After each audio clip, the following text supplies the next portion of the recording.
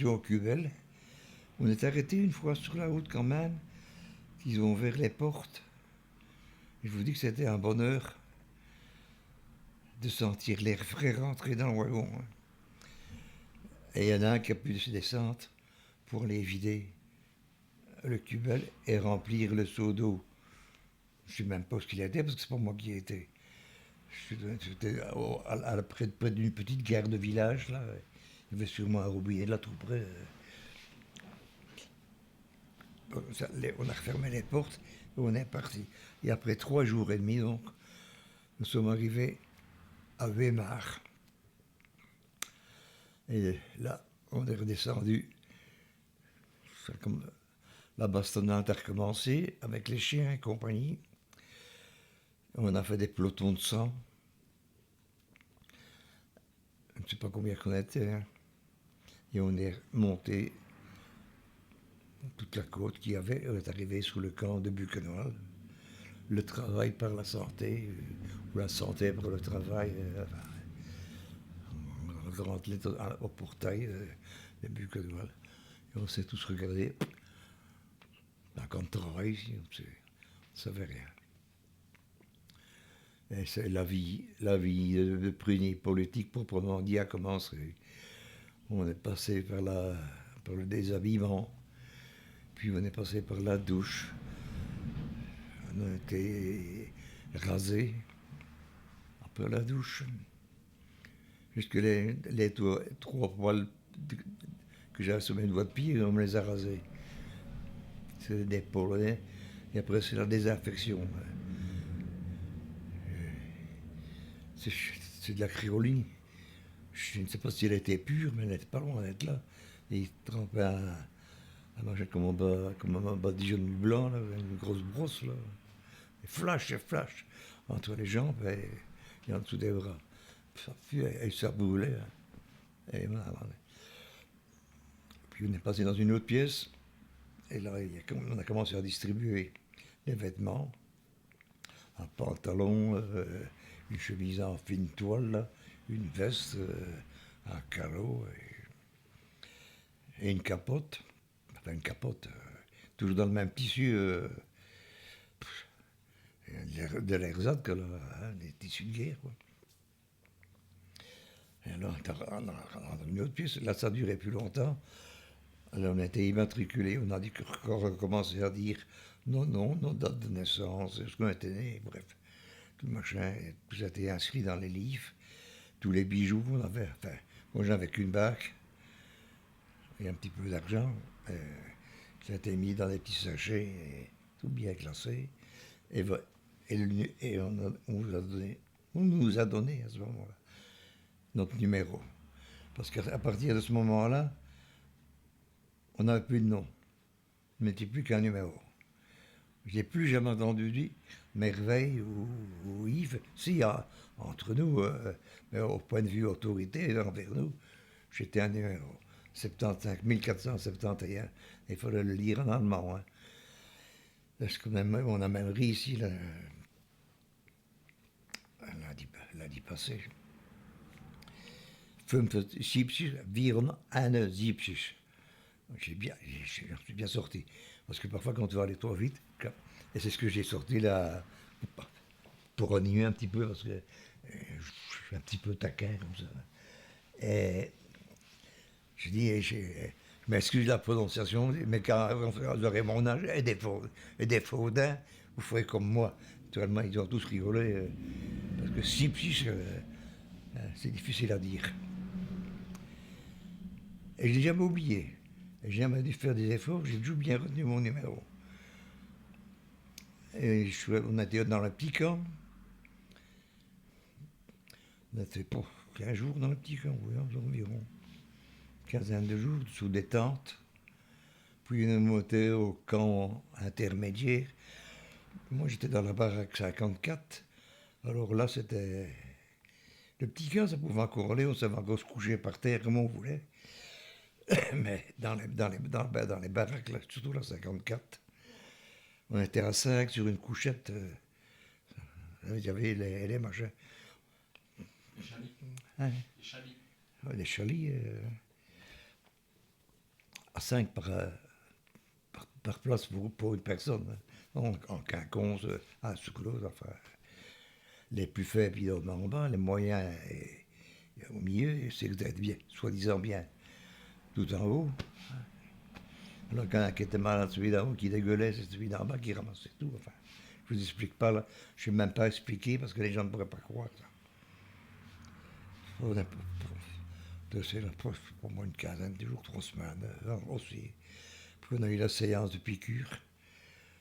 Tous les jours, on avait une piqûre. Il y en a qui, on n'est jamais parvenu à se mettre d'accord entre nous. Moi, je dis qu'on en a eu 4. Il y en a qui disent qu'il y en a eu 5, il y en a eu 6. C'était, il faut vous dire que c'était la pagaille entre nous autres, parce qu'on essayait d'éviter, parce que qu'est-ce que vous recevez comme piqûre? Hein, on ne le savait pas.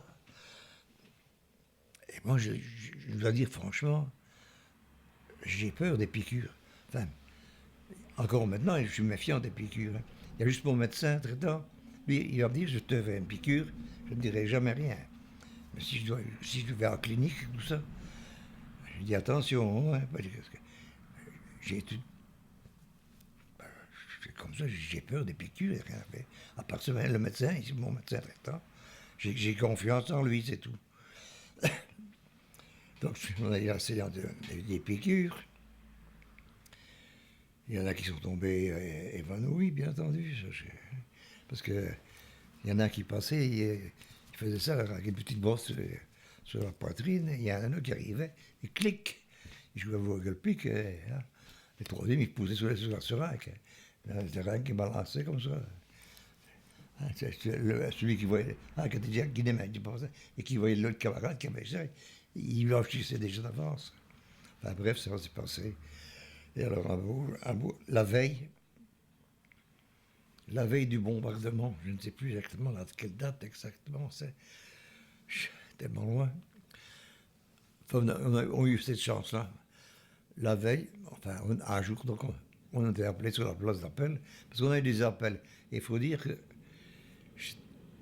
parce qu'il y a tant de choses à dire, je voudrais dire le plus possible, c'est pas pour moi, c'est pour que les gens peuvent essayer de comprendre ce qu'on a passé.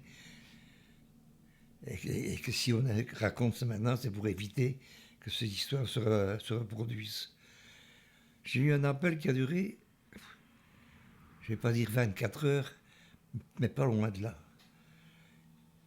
Il manquait 3 hommes, soi-disant, hein, parce que ça, on ne le savait pas. Mais c'est 20 heures au garde à vous qu'il faut rester debout là, et au garde à vous. Il faut bien mettre ça dans l'idée. En plein soleil, au mois d'août, en 44 au mois d'août, il a fait terriblement chaud. Il y en a qui tombaient comme des plumes après un certain moment. Il fallait les ramasser et les remettre droit et les maintenir. Parce que commençait à compter, s'il manquait une tête, ça y est, on recommençait. Et c'est ça que ça a duré si longtemps, cet appel, parce qu'on ne parvenait pas à avoir le nombre de têtes qu'il fallait. De stucs. Parce que ce n'était pas des têtes, ce n'était pas des hommes, c'était des stucs qui disaient. Hein, un morceau. Et un jour, on a été rassemblés, partout, dans un numéro, un tel. On a été appelés sur la place d'appel. On a dit de prendre nos affaires. Enfin, nos affaires. On n'avait rien, juste notre gamelle et une cuillère pour manger sa soupe quand on en avait. Et on est descendu jusqu'à la gare. On a été réembarqués dans un train. Et nous, on l'a reparti dans l'inconnu. Ça n'a pas duré longtemps. Une bonne journée que ça a duré. En train. Et on est arrivé à Blankenburg. Un petit village, quoi. On ne savait rien, on ne savait pas où on allait. On partait dans l'inconnu. Et à un moment donné, on est arrivé comme d'ici, et on voyait assez loin. Et tout d'un coup, on a dit, il y en a qui... C'est pas moi qui l'ai vu le premier. Regarde là-bas, il y a des machins, des miradors et des barbelés. On a tous essayé de voir. On avançait. J'en ai fait. Il y avait 4 miradors, mais en dessous des miradors, ça descendait, c'est une ancienne sablière. Et ils avaient tout fermé autour, et un mirador à chaque coin. Quand on est arrivé là, rien, pas de bâtiment, rien. Et alors, en faisant bien attention, parce qu'il y avait des hautes herbes, tout ça, on a aperçu des morceaux de toile. Et alors, il y a un SS, il y a un capot, parce qu'il y avait déjà les capots, parce que les SS, normalement, une fois qu'on était établi convenablement, le SS ne rentrait pas dans le camp, hein, jusqu'en cas grave, une bagarre ou des histoires comme ça. Sinon, c'était les capots. Or, les capots, les trois quarts, c'était des Allemands. C'était des anciens droits communs. C'est eux qui nous commandaient. Ils recevaient les ordres des SS. C'est les capots allemands qui nous surveillaient, qui nous faisaient travailler. Il y en a un qui arrivait, qui parlait un petit peu français et qui nous a expliqué qu'il fallait monter les tentes pour nous autres savoir dormir. Et c'était des tentes de la jeunesse hitlérienne. Des entre autres, on était 12 par tente. Et on a monté ça. Et nous étions 500. C'était le chiffre qu'il y avait pour le camp, 500. Sur les 500, il y avait pour 400 Belges. Le restant, un petit peu de Français, d'autres Luxembourgeois, un peu de Polonais, des Russes, un petit peu de toutes les sortes, quoi. Mais c'était, majorité, c'était belge. Et on a monté les tentes et on a commencé à vivre là. Et puis le lendemain, ou le surlendemain, je ne saurais plus dire, il y a des messieurs, enfin des messieurs, enfin, pour nous autres c'était des messieurs, quoi, vraiment habillés, ce qu'on appelle l'allemand, petit chapeau genre tyrolien, culotte à moitié bouffante et des guettes. C'était tous des entrepreneurs de bâtiment. Seulement par après qu'on l'a su. Et ils nous ont regardés, c'était comme le marché au bétail, c'est la même chose. Et ils nous regardaient de temps en temps, ils en retournaient un peu pour faire autre chose. Ils ont fait le tour, c'est pas une demi-heure. Puis ils ont discuté avec les capots sont sortis avec eux, ils ont été vers la SS. Et le lendemain, on a eu un appel supplémentaire, comme quoi là, un tel et un tel, un tel, commando H, commando C, commando A, dans tous les endroits ce qu'il fallait. Et le réveil, c'était à 5h30 du matin. À 5h, il sonnait déjà parfois, donc il fallait se lever, s'habiller. Enfin, les 3 heures du temps, on ne se déshabillait pas, donc c'était facile. Au début, on y croyait encore, on enlevait son pantalon. Ça n'a pas duré longtemps parce qu'on n'avait jamais le temps de se réveiller convenablement. Parce qu'en pleine nuit, on devait faire un appel et on courait tout nu dehors. Et la vie a commencé comme ça. Moi, j'ai travaillé dans la mine, parce que la mine, c'est les souterrains, parce qu'on faisait les V2. J'ai travaillé en donné avec le marteau-piqueur là-dedans. Puis, j'ai dû pousser les wagonnets, avec de la terre et des cailloux. Et on travaillait, enfin, un travail de chantier. Pour quelle raison, on n'en sait rien. J'ai été transféré dans le commando de nuit. Un matin, je me suis présenté à l'appel pour aller travailler. Le capot m'a dit non, un acte, pour ce soir, ce soir. Et là, c'était l'hiver déjà, hein, parce que le temps passe et c'était l'hiver. Et le premier travail que j'ai dû faire, c'était porter des bottes de tiges à béton, de fer à béton. Des bottes comme ça, une longueur de 5-6 mètres de long. On était à 3 pour porter ça. Mais il y avait un mont aussi haut que ça, enfin, quand j'y étais, ces bottes. Il y avait je ne sais pas combien de temps que c'était là, et il gelait tout ça. Quand on m'a dit votre main reste décollée, hein, par le froid. J'étais brûlé par le froid. Malchance, ou de la chance, je ne sais pas, parce qu'il y a des moments que ça allait très bien, il y a des moments que ça allait pas bien. J'étais au milieu. Donc c'était les deux extrêmes qui avaient le plus de ballottement du machin. Mais quand il était à peu près à la même hauteur, ça allait, le poids était normal. Mais quand il y en a un qui descendait, parce que le sol c'était pas nivelé, hein, c'est ce qu'on appelle chantier. Hein. Il y a des moments que moi j'étais le plus haut, mais j'avais le poids de toute la botte sur l'épaule. Et après, on faisait 2 pas. Et là, je tombais dans un trou. Et j'avais le choc, chaque fois sur l'épaule. 3 jours après, je dis, bien, j'ai été trouver le capot. J'ai dit, capote moi plus. Ouais, j'ai encore dû travailler une nuit au bottes, et puis ils m'ont donné une pelle. C'était pas mieux, hein, attention. Enfin, j'ai déjà, pour les mains et pour les épaules, ça va déjà mieux. Décharger les wagons de gravier.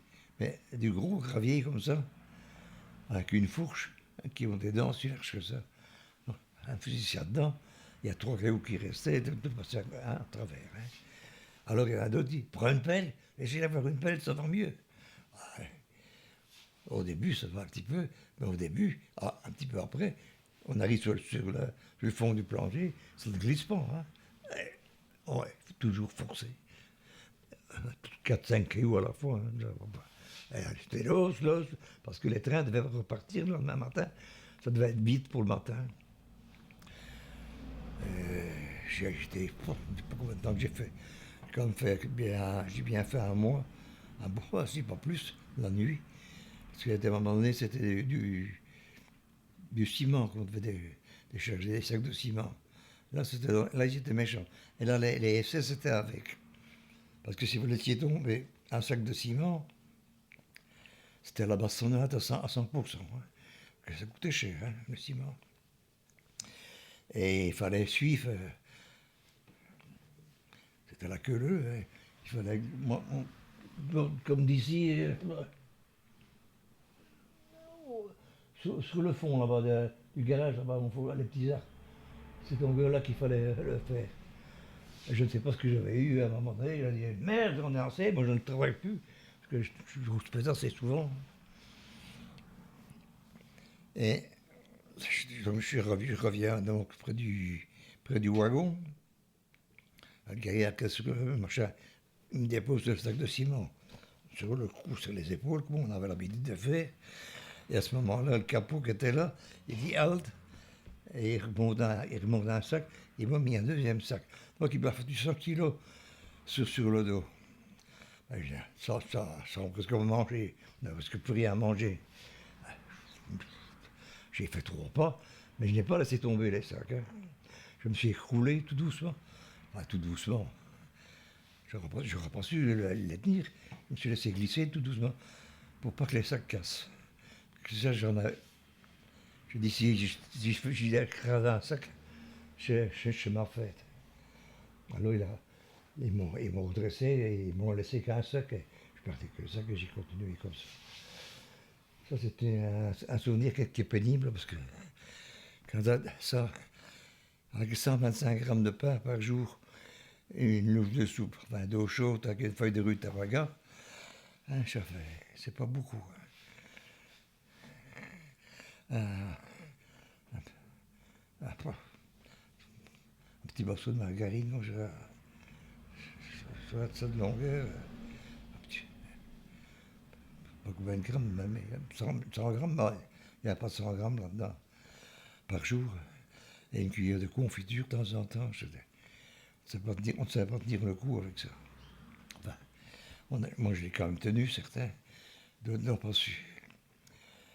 Et la vie s'est passée comme ça jusqu'au mois d'avril, début avril 1945. Et alors là, c'était un des moments encore aussi pénibles, si pas plus pénible que les autres, parce que quand on met tout ensemble, un ne valait pas mieux que l'autre. C'était la marche à la mort, l'évacuation. Je suis parti donc de Blankenburg à pied jusqu'à Magdebourg par des blocs de sang. À Magdebourg, on a arrêté et on était embarqué sur une péniche, la Wilma. C'était une péniche qui avait 4 caves, une péniche hollandaise. On nous a embarqué, on nous a entassés dedans 600 hommes par cale. Il y avait tous ceux de notre camp, il y avait des autres qui attendaient déjà là. On est tous montés dans cette péniche-là. Et puis on a commencé à monter tout le fleuve, l'Elbe, jusqu'à Lübeck. On a arrêté une fois pour je ne sais pas si c'est pour nous donner de l'air ou quoi. Ils ont dit qu'on pouvait sortir. Ils ont descendu une échelle là. Et on est sorti. Mais ils étaient juste la péniche était arrêtée. C'était prévu d'avance. C'était juste au bout de la péniche, il y avait le bord de la prairie, et de l'autre côté aussi. Et c'était tout encerclé de barbelés. C'était sur un machin qui était prévu d'avance. Et on s'est quand même pu marcher. Il y en a qui ont commencé à brouter l'herbe, le peu d'herbe qu'il y avait. Et alors on a eu l'ordre de nettoyer. Enfin, certains ont eu l'ordre de nettoyer, de vider les cubelles, parce qu'on avait deux cubelles dans le fond. Et alors, il les vidait par-dessus bord. Et d'autres camarades, enfin, il faut, c'est dur.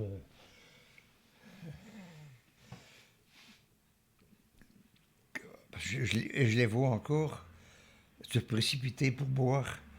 Et là, on vidait, excusez-moi, là, on vidait la merde, et le courant d'eau qui arrivait, et il y en a qui buvaient de l'autre côté, au bout de la péniche, qui buvaient. C'est des malades, des malades. Elle a dysenterie. De l'air, j'ai essayé. Mais je dis non, 2, 3 graines. Je fais pas ça, je dis. Et il y en a qui voudraient pire qu'une vache. Il y en a qui savent supporter la faim, il y en a qui ne savent pas. On dit que l'homme est dur, mais il est dur. Mais il y en a encore des plus durs les uns que les autres.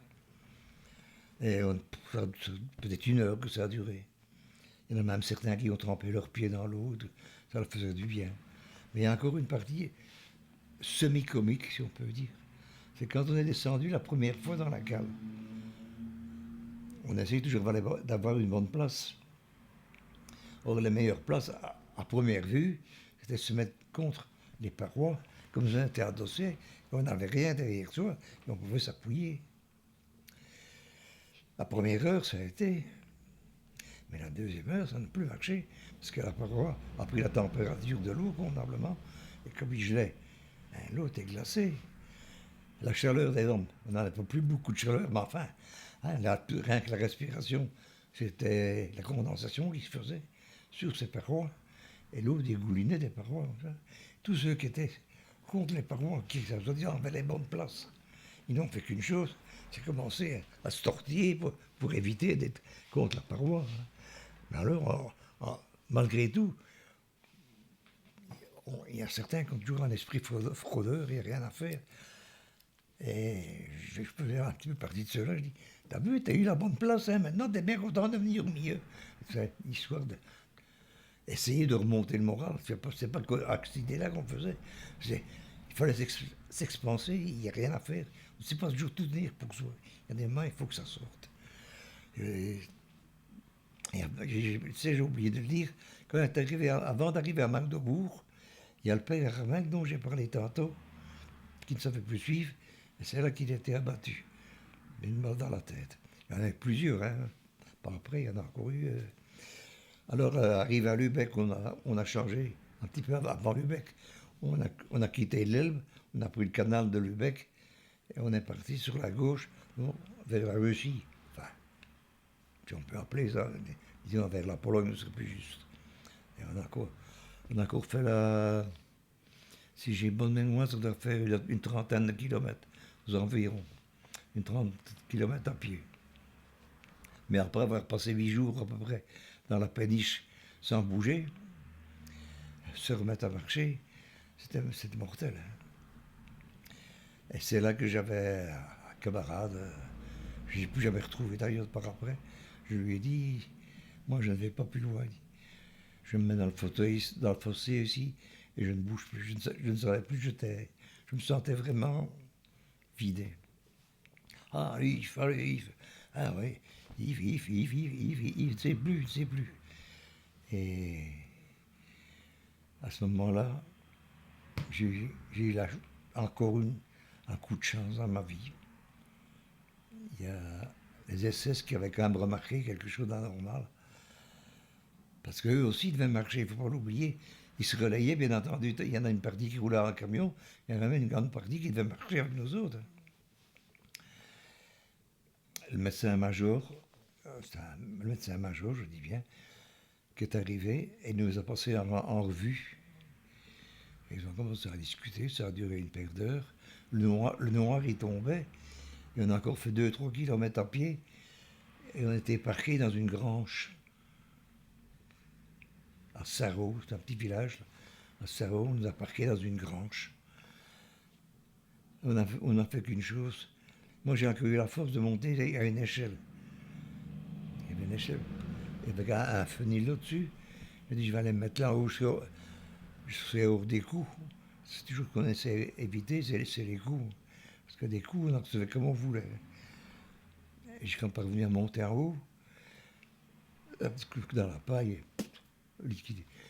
Alors le lendemain matin, il y a eu l'appel et on s'est organisé. On a vécu pas tout à fait un mois, euh, jusqu'au 29, oh, jusqu'au 29 avril, 28 ou 29 avril, qu'on est resté là. Et tous les jours, c'était la grande débandade. Les gens étaient usés, on n'avait plus à manger. Il y avait des jours qu'on avait de la soupe, il y a des jours qu'on n'en avait plus. Et on voit bien que les SS, on ne pouvait plus bouger de nage. C'était des coups de feu à gauche et à droite. On était quoi? Et un après-midi, il y a quelqu'un qui a crié, il y a des camions qui arrivent. On s'est dit, c'est ça, on va encore déménager. Et puis on a vu les camions blancs. La première chose qu'on a vue, c'est des camions blancs. Et puis on les avait un petit peu sur le côté. Et à ce moment-là, on a vu des grandes croix rouges.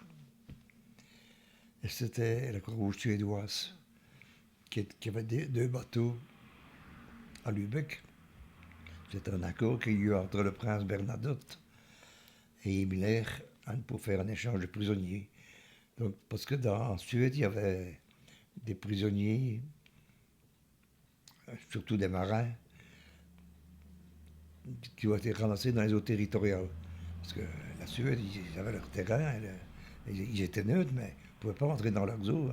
Quand ils rentraient, notez bien qu'on se fait même faire la réflexion, ils sont rentrés dans les eaux territoriales exprès. Comme ça, ils avaient fini avec la guerre. Ouais, j'étais marqué dans les ports et j'ai fini. Donc, on est monté sur les bateaux. Il y a eu les Belges, les Français, les Luxembourgeois et les Hollandais. Ce sont les 4 nations qui ont été appelées pour être libérées. Les autres, ils devaient rester sur place. Donc, on est monté dans les bateaux et on a passé à peu près la moitié de la nuit encore dans le port. Puis, on a démarré tout doucement parce que la veille, il y avait eu un bombardement Il y a encore au début qu'on était là, on bombardait encore dans les environs. Et il y a eu la Skåne, c'était aussi un bateau suédois qui a été coulé il y a je ne sais plus.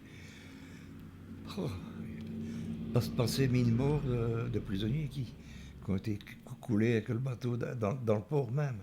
On ne sait pas si c'est les Allemands, si c'est les Anglais ou les Américains ou les Russes. On n'a jamais su le fin mot de l'histoire. Enfin, de toute façon, ces gaillards, ils sont restés. Nous autres, on est partis donc le lendemain au train de sénateur, tout doucement. Hein. Et à un moment donné, moi, je dis, je ne reste pas dans le fond de la cale ici. Je ne me sens pas. Je sais pas, j'avais comme un pressentiment. Je ne me sens pas bien ici. Je ne reste pas ici. Et je suis remonté. Quand je suis arrivé sur le pont, j'ai presque remis mes boyaux tellement il y en avait des. Enfin, on est tous malades, il faut bien se mettre ça dans l'idée. Je plains les marins, ils ont eu de l'ouvrage avec nous autres. C'était dégueulasse. C'était des vomissures, des déjections dans tous les coins. Parce qu'on on avait reçu des colis de la Croix-Rouge, des machins américains qui étaient venus par la Croix-Rouge. Il y avait du beurre, il y avait du cacao, il y avait du chocolat, il y avait tout. Tellement il y en a qui ont plongé là-dedans, ouais. On crevait de faim. Et alors le commandant avait pourtant dit, ça ne sera plus ce qu'il avait dit, le lait, là, toute une série de marchandises et de nourriture qu'il ne fallait pas consommer, qu'il fallait remettre à la cuisine et qu'ils auraient fait manger avec ça, et qu'il ne fallait pas tout manger maintenant. Mais il y en a qui ont écouté, il y en a qui n'ont pas écouté, et tous ceux qui ont mangé, ils sont presque tous morts. Parce qu'ils ont tellement mangé, l'estomac n'a pas supporté. Alors, dans ces paquets, il y avait 2, 3 paquets de cigarettes. Il y en a qui ont commencé à fumer et tout ça. Et tout ce qui était le plus mauvais, quoi, au fond, pour l'état physique qu'on était. Alors, on est parti. Et nous voulons au milieu de la Baltique, enfin, approximativement au milieu de la Baltique. Mais il y avait, ce que j'avais dit à Karat, t'as vu de ce côté-là, et de l'autre côté, il y avait un croiseur ou un torpilleur, je ne sais pas bien, je ne me connais pas plus que ça dans les bateaux, qui nous escortait. Alors, à une bonne distance, hein, attention. Hein. On n'aurait pas su se parler d'un bateau à l'autre. Hein, ils étaient plutôt 500 mètres, sûrement 500 mètres de moi, ouais, facilement, de chaque côté. Et je dis, je sais pas bon signe ça. Je ne vois pas qu'est-ce qu'ils viennent nous escorter comme ça. Et quand on est arrivé, c'est seulement par après qu'on s'est mis tout ça en place. Arrivé sûrement aux eaux territoriales, ils ont fait demi-tour et ils sont retournés vers l'Allemagne. Et à ce moment-là, le bateau suédois a commencé à prendre de la vitesse. Et c'est à ce moment-là seulement que moi, personnellement, il y en a d'autres aussi, qu'on s'est rendu compte qu'on était libérés. Alors on est arrivé en Suède, là on a été soignés. Moi, les infirmières, je les vois encore avec une espèce de bronze à chair. Mais frotter ici, là, le bas des hanches, si l'os, on dormait sur du bois, sous la paille, sur n'importe quoi. Et on avait des pas dire comme aussi épais que ça, c'est pas vrai, mais un doigt de crasse sur le corps. Il y avait 2, 3 mois qu'on ne s'était plus lavé. C'était normal, toujours le même pantalon, ce que vous voulez. On faisait dedans. Moi, comme un autre, j'ai pas peur de le dire, j'ai eu la dysenterie aussi. Et on était soignés là, à Trelleborg. Très bien soignés, je veux dire. Le premier machin qu'on a fait, c'était dans un bassin de natation. On était désinfectés et rhabillés à moitié, quoi. Et là, on a été transférés dans une école. Moi, j'étais à l'étage. Les 2 premiers jours, je n'ai pas bougé, je suis resté couché. On dormait par terre, sous des paillasses de paille, parce qu'il n'y avait pas assez de lit. Et le troisième jour, je suis descendu et j'ai promené dans la cour. J'ai même encore des photos là. Et on est resté là 4 semaines. Ouais, on appelait ça une quarantaine, mais on n'est pas resté 40 jours. Enfin, pas loin de là quand même. Et puis, on a reçu des papiers. Enfin, on a écrit en Belgique comme quoi on était libérés, tout ça, quoi. Tous des petits machins de famille. Et on était. Une partie est partie d'un côté et une partie de l'autre. Moi, j'étais avec une trentaine ouais, une trentaine, on devait être. Je suis parti sur Falkenberg. Montant vers le nord, au-dessus de Malmö, tout ça, dans une école. Et le directeur, c'est M. Darelius, un homme charmant, très gentil, son épouse aussi. Alors là, il nous a expliqué comme lui pouvait en français qu'on pouvait faire comme à la maison, on était chez nous, qu'on était soignés et tout, mais qu'il n'y avait qu'une chose à faire, c'est qu'il fallait essayer de faire à manger nous-mêmes. Qu'on aurait toutes les nourritures qu'on voulait, mais il fallait un cuisinier qui aurait été payé par la Croix-Rouge. Parce qu'on recevait de la Croix-Rouge, c'était une couronne et demie, je crois, par jour. Et alors, si vous travaillez, vous avez faire un dîner, quoi. Il y a déjeuner pour les hommes. On avait encore une couronne et demie que la Croix-Rouge donne en supplément pour encourager, quoi. Il y en a même qui ont été travailler sur les champs, tirer des maris, des betteraves. Pendant ce temps-là, moi j'ai eu la chance de pouvoir aller à la cuisine. Donc, je m'appelle. Et j'ai dit que je me suis la coulée douce. Et ce qui m'a retapé, c'est parce que tous les matins, il y avait le laitier qui passait avec des grandes cruches de lait. Alors on laissait le lait stagner convenablement et il y avait ça de crème au-dessus. Je voulais dire que c'était égoïste. D'accord, je veux bien l'admettre, mais j'avais une louche. Et je prenais une louche que je mettais dans un bol et je la mettais ça sur le côté. Et c'était mon dessert, ça. Et c'est ainsi que je me suis retapé. Jusqu'au mois de juillet, jusqu'au 14, 13, 10, ouais, 10, vers le 10 juillet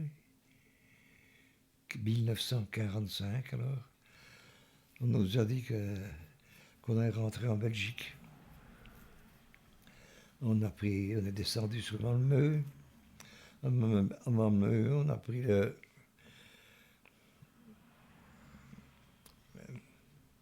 ferry jusqu'à Copenhague. À Copenhague, on est resté 2-3 jours. On était parqué dans une école aussi, on était bien soignés aussi, attention, je pense, très bien soignés. Et alors un jour, on nous a dit, il faut préparer toutes vos affaires pour une telle heure. Parce que on décolle, un petit peu, à quelle heure, je ne sais pas si c'était pas 15 heures. Les avions décollent à 15 heures.